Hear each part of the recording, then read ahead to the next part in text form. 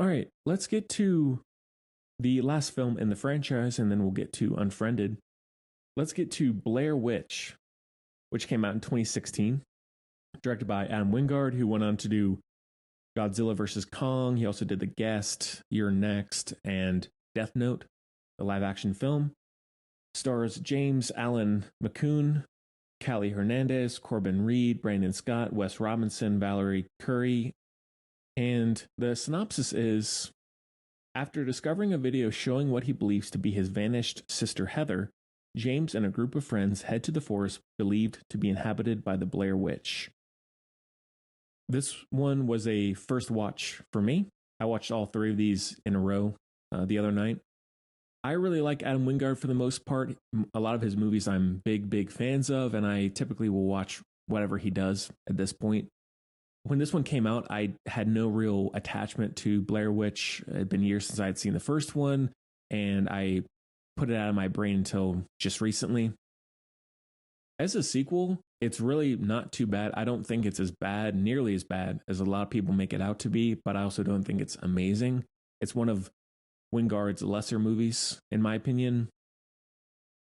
If you're going to do a Blair Witch sequel, I prefer it to be in this sort of style where it's basically characters going back out into the woods and crazy stuff starts happening. I don't really need a Book of Shadows sort of spin-off sequel. It doesn't really do much for me. So I'm glad that they did it this way, and I would happily watch another film if they did it, even though I don't love any of these movies. I think that, as I said with the first film, I prefer the characters in this one because some are less insufferable. They're more grounded and restrained in terms of emotions. And there's also more variety in terms of certain characters being with each other and then cutting back to others and then characters being by themselves. And so I like that variety a lot more than the first one. The first 2/3 are all right. I don't think I was ever fully loving it or engaged, really engaged, but it's decent. The camera work is good. The lighting is good. I like the callbacks from the first film in terms of scanning the woods with flashlights and all that. I like that concept and horror style overall. However, one big thing, and I talked about it on my Letterboxd review, the gimmick, and I don't fault the first one for doing it, but in Book of Shadows and then in this one, I hate the trope of characters running through the woods and crashing into each other, especially when they have lights that show where they are. Like, I'm tired of characters being zoomed in on someone and then someone ramming right into them and them screaming and saying, "Oh, like, what the hell? Like, why'd you do that? Like, you scared me." It just feels so lazy and gets really tiresome because they do it a decent amount of times in this from what I remember. So I really don't like that.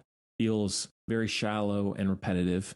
But the biggest thing, as I said with the first film, my favorite part probably of the whole franchise is the last 20 minutes or so of this movie. I think the sequence at the house, the Blair Witch house, so to speak, where there's the thunderstorm, is amazing.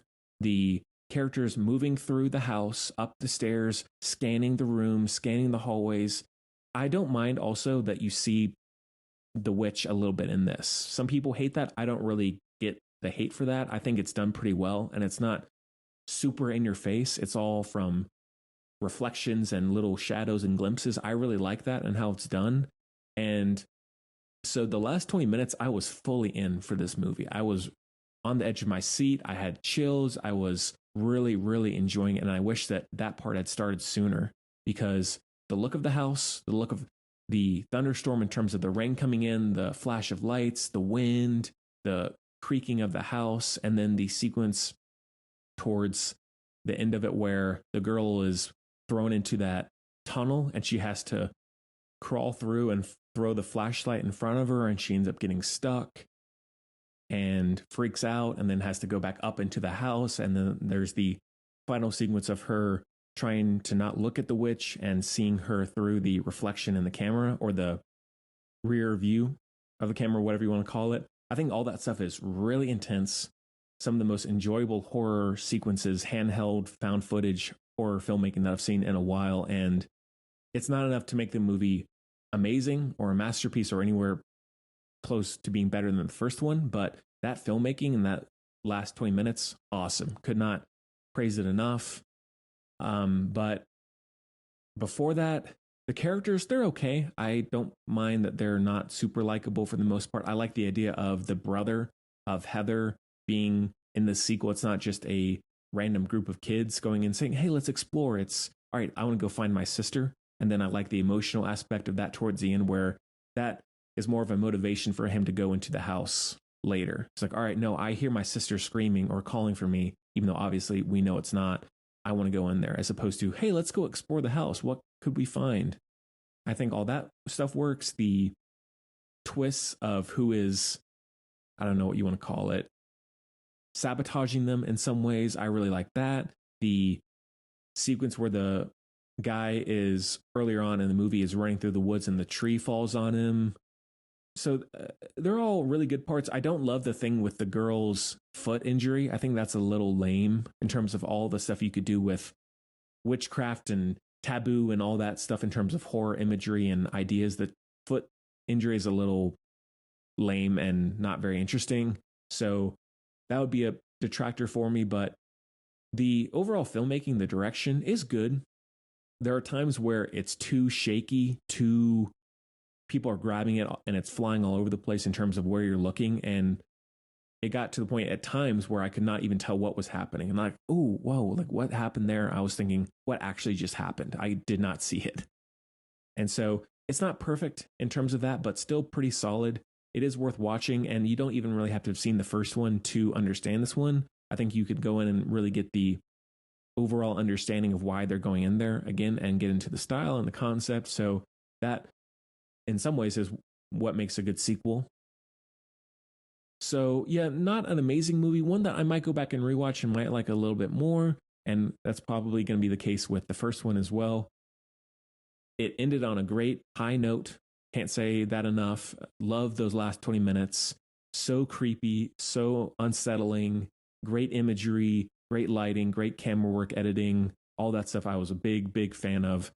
Just not enough to fully save the movie from not being best of the year, best of the decade, best horror film ever kind of thing, which doesn't need to be. But so yeah, give it a look.